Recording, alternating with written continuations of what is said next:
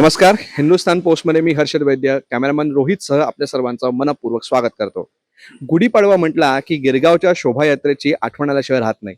आणि या गिरगावच्या शोभायात्रेचं सगळ्यात महत्त्वाचं वैशिष्ट्य म्हणजे एक दरवर्षी वेगवेगळ्या संकल्पनेवर आधारित चित्ररथांची मालिका याच्यामध्ये असते. आज त्याच एका रथयात्रेसाठी आपण इथे आलो आहोत. आपण बेडेकर सदनमध्ये आहोत. या बेडेकर सदनमध्ये यावर्षी त्यांची वंदे वंदे मातरम ही जी आपली संकल्पना आहे, त्या संकल्पनेला अनुसरून इथे सावरकरांचा, स्वातंत्र्यवीर सावरकरांचा एक भव्य पुतळा त्यांनी उभा केलेला आहे.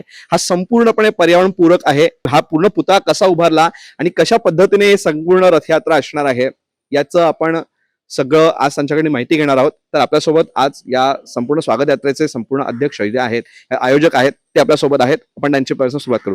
आपलं नाव सांगा आणि सुरू करू. श्रीधर आगरकर, स्वामी विवेकानंद युवा प्रतिष्ठानचा अध्यक्ष अशी जबाबदारी आहे. स्वामी विवेकानंद युवा प्रतिष्ठानतर्फे गेली 24 वर्ष आपण हिंदू नववर्ष स्वागत यात्रा, ज्याला आता सगळे गिरगावचा पाडवा म्हणून ओळखतात, ती आयोजित करत आहोत. हे यात्रेचं 24वे वर्ष आहे.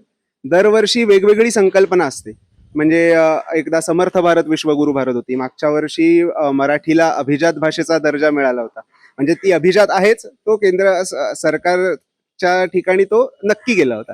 त्यामुळे त्याच्यावर आधारित मातृभाषा आणि मराठी भाषेचा अभिजात दर्जा अशी एक संकल्पना होती.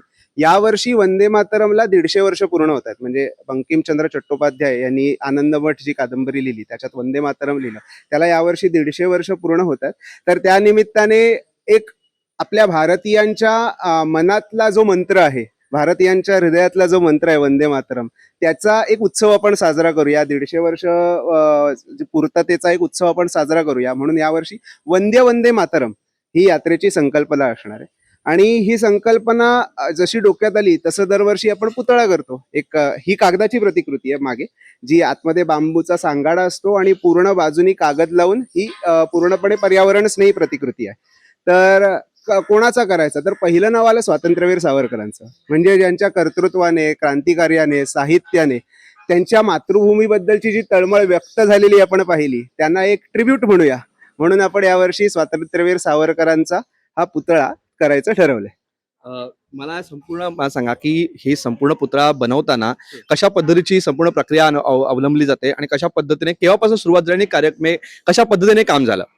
साधारण होळीनंतर पुतळ्याची सुरुवात होते आणि आतमध्ये सुरुवातीला त्याचा सांगाडा बनवला जातो बांबू आणि त्या रशीने वगैरे, आणि मग नंतर वरती कागदाचं एक लेप दिला जातो आणि मग त्याचं फायनल टच म्हणजे चेहरा वेगळा आणि मग सगळं डोळ्यांची आखणी, एकूण जे टचअप शेवटचं असतं ते आता सुरू आहे.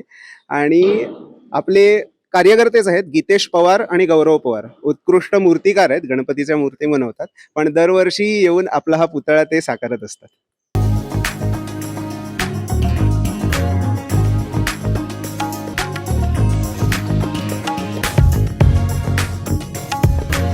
आता आपल्यासोबत प्रसिद्ध संशोधिका, व्याख्यात्या अपर्णा बेडेकर मॅडम आहेत. आपण त्यांच्याकडनं बेडेकर सदन या संपूर्ण वास्तूला एक ऐतिहासिक पार्श्वभूमी आहे आणि याच वास्तूमध्ये आज सावरकरांचा पुतळा उभारला जातोय.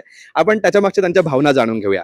मॅडम, शांतारामांची चाळ असेल, बेडेकर सदन असेल, याला 125 वर्षांचा इतिहास आहे. स्वातंत्र्याच्या अनेक अभूतपूर्व क्षण या चाळीने बघितलेले आहेत आणि त्याच चाळीमध्ये आज आपण सावरकरांचा पुतळा उभा केलाय. काय भावना आहे? अगदी खरी गोष्ट आहे. भारतीय स्वातंत्र्य लढ्याचा जो अगदी परमोच्च काळ होता, हा या वास्तूने बघितलाय, बेडेकर सदनने बघितलाय. म्हणजे आता आपण जिथे उभे आहोत तिथे लोकमान्य टिळकांची एक फार मोठी सभा होमरूल लीगची इथे झाली होती. की होमरूलच्या कार्यकर्त्यांना जेव्हा ब्रिटिशांनी खूप त्रास द्यायला सुरुवात केली, तेव्हा अत्यंत सनदशीर मार्गाने ब्रिटिशांचा विरोध करता येतो आणि शस्त्र हातात न घेता सुद्धा जोरात प्रतिकार करू शकतो आपण, असं सांगणारी एक सभा याच पटांगणात झाली होती. आणि त्याने नंतर भारतीय स्वातंत्र्य लढ्याचा इतिहास बदलला, कारण ती जी चळवळ सुरू झाली इथून, ती चळवळ पूर्ण देशाला व्यापून उरली, असं ते पुढचा सगळा काळ आपल्याला सांगत राहतो. त्यामुळे हे पटांगण खरोखरच भारतीय स्वातंत्र्य लढ्यातलं एक फार महत्वाचं केंद्र आहे असं म्हणायला हरकत नाही. आणि खूप आनंद आहे की स्वामी विवेकानंद युवा प्रतिष्ठान आयोजित जी भव्य स्वागत यात्रा, हिंदू नववर्ष स्वागत यात्रा आहे बरं का, ती फक्त शोभायात्रा नाही आहे. कारण आपण हिंदू नववर्षाचं स्वागत ज्या गुढ्या तोरणांनी करतो आणि आपली परंपरेला, आपल्या सगळ्या रीतींना, रिवाजांना, सगळ्याला पुढे घेऊन नव्या पिढीच्या हातात देतो, ते स्वागत या यात्रेतनं अपेक्षित आहे. त्यामुळे दरवर्षी कुठली ना कुठली मध्यवर्ती संकल्पना घेऊन आम्ही काम करतो. ही फार महत्वाची गोष्ट आहे. जसं आत्ता श्रीधर आगरकर यांनी सांगितलं, की वंदे वंदे मातरम ही संकल्पना यावर्षी ठेवण्याचं कारणच आहे, की 150 वर्ष या गीताला पूर्ण होतायत आणि वंदे वंदे मातरम हा महामंत्र झाला. भारतीय स्वातंत्र्य लढ्यात ज्यांनी काम केलं, त्या सगळ्यांचा एक महामंत्र होऊन गेला होता आणि त्या महामंत्राला समोर ठेवून ज्यांनी स्वातंत्र्याचं कार्य उभारलं ते म्हणजे स्वातंत्र्यवीर विनायक दामोदर सावरकर.